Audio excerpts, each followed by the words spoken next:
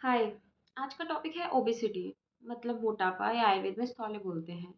अब बेसिकली मोटा होने का क्या कारण होता है? मोटे होने के कारण आचार्य चरक ने सूत्र 21 में बताए हैं। उन्होंने कहा कि जो इंसान किसी चीज़ की चिंता ना करे, जो इंसान सोता रहे, जिस इंसान को सारे काम बहुत स्लोली करने हैं, कोई जल्दी नहीं है उसे, प्लस वो खाना ऐसा खा रहा है जो बहुत ही पौष्टिक है, मतलब बेसिकली बहुत फैटी फूड है, तब वो इंसान सुअर की तरह मोटा हो जाता है। तो इसका एक्सप्लेनेशन ये है कि हम जो भी खाते हैं वो एनर्जी हमारे फिजिकल और मेंटल वर्क में कन्वर्ट होती है। अगर आप कर रहे हैं फिजिकल और मेंटल वर्क तो आपका जो फूड है उसकी एनर्जी उसमें कन्वर्ट हो जाएगी, तो या तो इक्वल रहेगी तो आप जैसे हैं वैसे ही रहेंगे, और अगर आप खाना कम खा रहे हैं काम ज़्यादा कर रहे हैं तो आप पतले हो जाएंगे। और अगर इसका अपोजिट हो रहा है, मतलब आप खाना ज़्यादा खा रहे हैं और आपके कोई स्ट्रेस नहीं है, ना फिजिकल ना मेंटल, तो आप मोटे हो जाएंगे। This is the simple explanation जो सबको पता है। अच्छा, बट कुछ लोग बोलते हैं कि हम एक्सरसाइज करते हैं, हम डाइट करते हैं, फिर भी हम पतले नहीं होते हैं, बहुत कोशिश करते हैं। तो बेसिकली एक्चुअली जब आप ये सब खा चुके होते हैं तो आपकी बॉडी में ऐसा क्या हो रहा होता है? तो आयुर्वेद के अकॉर्डिंग मैं आपको एक्सप्लेन करने की कोशिश करती हूँ। तो जब क्या होता है, आपने बहुत ज़्यादा फैटी खा लिया, बहुत मीठा, ठीक है, और जो भी कफवर्धक आहार हैं, उसको खा लिया तो उससे मेद धातु बढ़ गया, ठीक है। मेद धातु बढ़ने से होता क्या है कि वो आपके चैनल्स को ब्लॉक कर देता है। जब आपके चैनल्स ब्लॉक हो जाते हैं, तो जो वायु है, हमारे शरीर में 3 दोष होते हैं, वात, पित्त, कफ। जो वायु होता है, वो फँस जाता है। मतलब वो बेसिकली उसका अनुलोमन नहीं हो पाता, वो अपने बेसिक चैनल्स में फ्लो नहीं कर पाता है, ठीक है। अब जब वो वायु अपने बेसिक चैनल्स में फ्लो नहीं कर पाता है, तब आपकी अग्नि जो डाइजेस्टिव फायर है वो बढ़ जाती है। देखिए, हमने हर बार एक्सप्लेन करते हुए ये भी बोला है, या आपको पता होगा कि हमने डाइजेशन को जब भी हम एक्सप्लेन करते हैं तो बोलते हैं कि हमारी डाइजेस्टिव फायर्स उसे पचाती हैं। तो ये फायर ही है, क्योंकि जब आप देखते हैं, जब आप नेचर में जब भी आग जलाने की कोशिश करते हैं तो थोड़ी थोड़ी हवा से क्या होता है कि वो जब बहती है तो जो आग है वो बढ़ती चली जाती है, ठीक है। तो ऐसे ही होता है, जब वायु फंसी रहती है तो वो वहां फ्लो करती रहती है, जिसकी वजह से डाइजेस्टिव फायर बढ़ती रहती है। और एज अ रिजल्ट जो भी मोटे लोग होते हैं, बहुत मोटे, उन्हें भूख भी बहुत ज्यादा लगती है।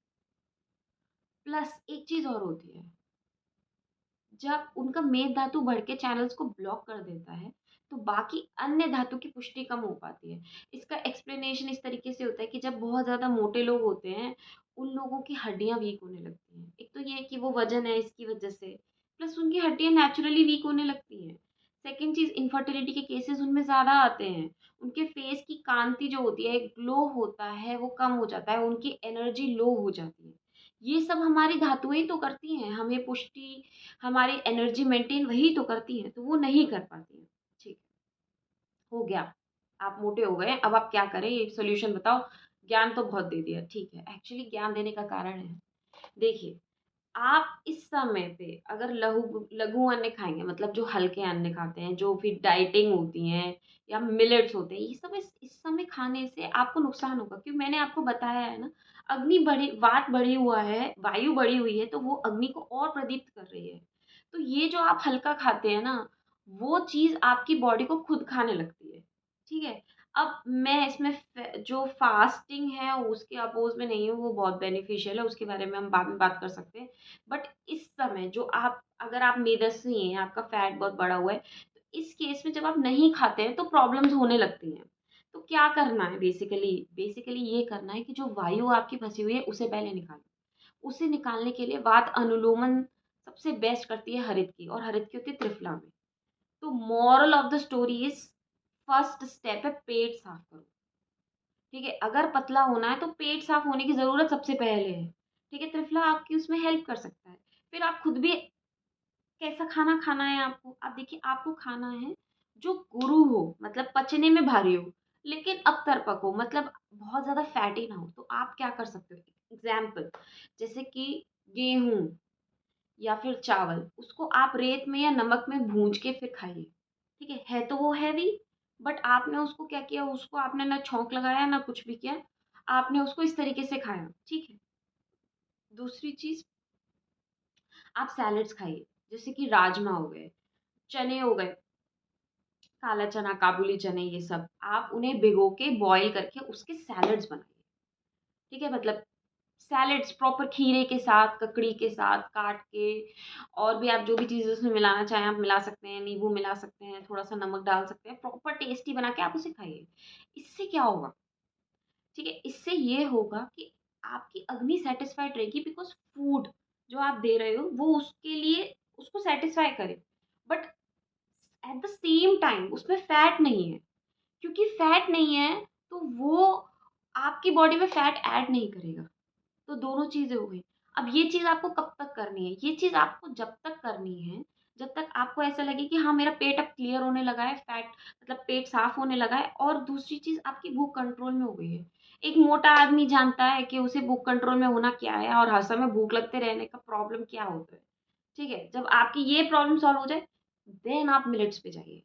आप कोदो मिलेट खा सकते हैं, सबसे अच्छा जौ, जौ का आटा बहुत ही अच्छा है, जौ के आटे की आप रोटी बनाइए, ठीक है?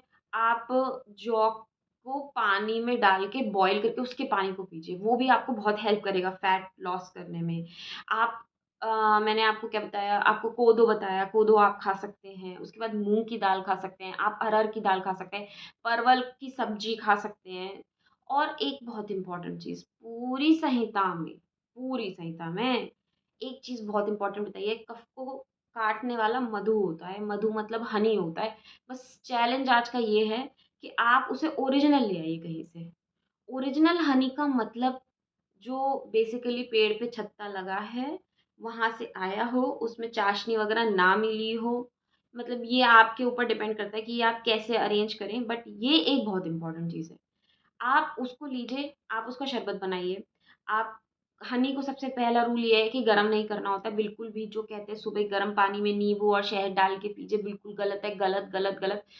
गरम तो शहद को नहीं करना होता है, मतलब ये कॉन्ट्रा इंडिकेटेड है आयुर्वेद में। हाँ, लेकिन आप शहद को जो आपकी गरम चीज़ थी ठंडी हो गई फिर डाल के खाइए। मतलब मैं आपको एक एग्ज़ाम्पल देती हूँ, आचार्य जब च्यवनप्राश बनाने का निर्देश दिया है आचार्य ने, मतलब रसायन अध्याय में च्यवनप्राश की पूरी रेसिपी बताई है, ठीक है। उसमें भी बताते हैं कि जब वो च्यवनप्राश ठंडा हो जाएगा, आज बन के ठंडा हो जाएगा तो नेक्स्ट डे डलता है हनी, ठंडा प्रॉपर होने के बाद। मतलब हनी गरम यूज़ नहीं करना है आपको। It is very harmful. Long run में आपको हार्म करेगा, ठीक है। तो आप हनी लीजिए, उसको शरबत मिला के लीजिए या फिर जो भी आप बना रहे हैं उसके ऊपर डाल के अगर लग रहा है तो आप खा सकते हैं। इन द सब्स्टिट्यूट ऑफ मीठे के तौर पे आप हनी खा लीजिए, वो आपके फैट को भी गलाएगा, ठीक है। और इसके अलावा आप क्या कर सकते हैं? हाँ, आपको एक्सरसाइज करनी है। There is no replacement. Basically आजकल की ज़िंदगी में इतनी स्टेगनेंट लाइफ हो गई है कि मतलब आपको एक फिज़िकल एक्टिविटी ऑप्ट करनी ही पड़ेगी। भई योगा करो, आप ब्रीदिंग एक्सरसाइज़ेज़ कर सकते हो, आप आसनास कर सकते हो, मतलब प्राणायाम, आसन मतलब आपको बहुत ईज़िली मिल जाएगा इस समय यूट्यूब पे और एवरीवेयर। एक ट्रस्टेड आप जहाँ पर आप ट्रस्ट है आपको, वो आप उस सोर्स से लीजिए, मुझे कोई दिक्कत नहीं है, आप कमेंट में बता दीजिए अगर आपको चाहिए तो मैं कुछ आसनास आपको बता सकती हूँ। बट आपको एक फिज़िकल एक्टिविटी लेनी पड़ेगी। आप वॉकिंग कर सकते हो, बहुत ईज़ी चीज़ है, आप फ़ोन पे बात कर रहे हो, आप वॉक करके करो, है ना?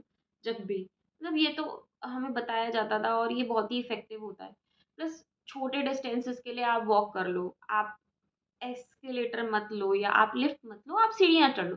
छोटी-छोटी एक्सरसाइज़ेज़ हैं। हाँ, अगर आपके घुटनों में दिक्कत है, अभी कुछ दिन पहले लिगामेंट इंजरी या फ्रैक्चर्स या कुछ भी ऐसी चीज़ें हुई हैं, तो जो जॉइंट्स होते हैं, उन्हें रिपेयर होने के लिए टाइम हो दिया जाता है। आप उस समय मत कीजिएगा। बट हाँ, जब आप हेल्थ कंडीशन के लिए आपकी हेल्थ कंडीशन सही हो, तब आप कीजिए। हाँ, और दूसरी चीज़, कुछ लेडीज़ जब प्रेगनेंसी के बाद मतलब डिलीवरी के बाद वो उनका फैट बढ़ जाता है, तब वो ये सोचते हैं कि हम ऐसा क्या करें? तो मैं आपको ये बताना चाहती हूँ कि आपको डिलीवरी के बाद बहुत न्यूट्रिशन की ज़रूरत है। आप उस समय मज़ाक मत करना, ठीक है? जब आपके डॉक्टर से आपको ग्रीन सिग्नल मिल जाए या कोई भी हेल्थ कंडीशन हो, आपके रिपोर्ट्स प्रॉपर हो जाएँ और आपके डॉक्टर आपसे कह दें कि हाँ, अब आप कर सकते हो, तभी आप करना। क्योंकि कभी-कभी आप अपने आप को जब न्यूट्रिशन से डिवॉइड कर देते हो, तब दिक्कत ज़्यादा हो जाती है, ठीक है? तब भी बात बढ़ने का चांस होता है। तो आप इस चीज़ में एक्सपेरिमेंट मत कीजिए। हाँ, अगर आपकी हेल्थ कंडीशन सही है और फिर आप वेट लॉस करना चाहते हो तो आप कर सकते हो। बहुत अच्छे टिप्स हैं। प्लस अब नेक्स्ट वीडियो में मैं ये कोशिश करूँगी कि मैं गुरु अन्न और लघु अन्न की एक लिस्ट आपको दे दूँ। बेसिकली अलग-अलग स्टेट्स में, अलग-अलग एरियाज़ में क्रॉप्स अलग-अलग होते हैं। तो एक वीडियो में उसे कवर करना इज़ वेरी डिफ़िकल्ट।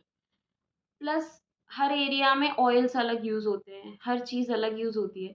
तो उसके लिए एक वीडियो नहीं कवर कर सकते, लेकिन हाँ, मैं एक फूड्स का कैटेगराइज़ेशन आपके लिए सामने ला सकती हूँ, जो आप खुद देख लो और आप खुद ही इस चीज़ को जज करो कि आपके एरिया में क्या चल रहा है और आपको क्या यूज़ करना है। ठीक है? एक मतलब कम्युनिटी पे भी मैं इस चीज़ को डाल दूँगी, आप चेक करते रहिएगा। प्लस हो सकता है कि मैं नेक्स्ट वीडियो भी इस चीज़ पर लेके आऊँ। बाकी stay tuned and I hope this video helped you and please comment में बताना अगर किसी को हेल्प हो और कोई चीज़ पूछनी हो तो please most welcome. Thank you.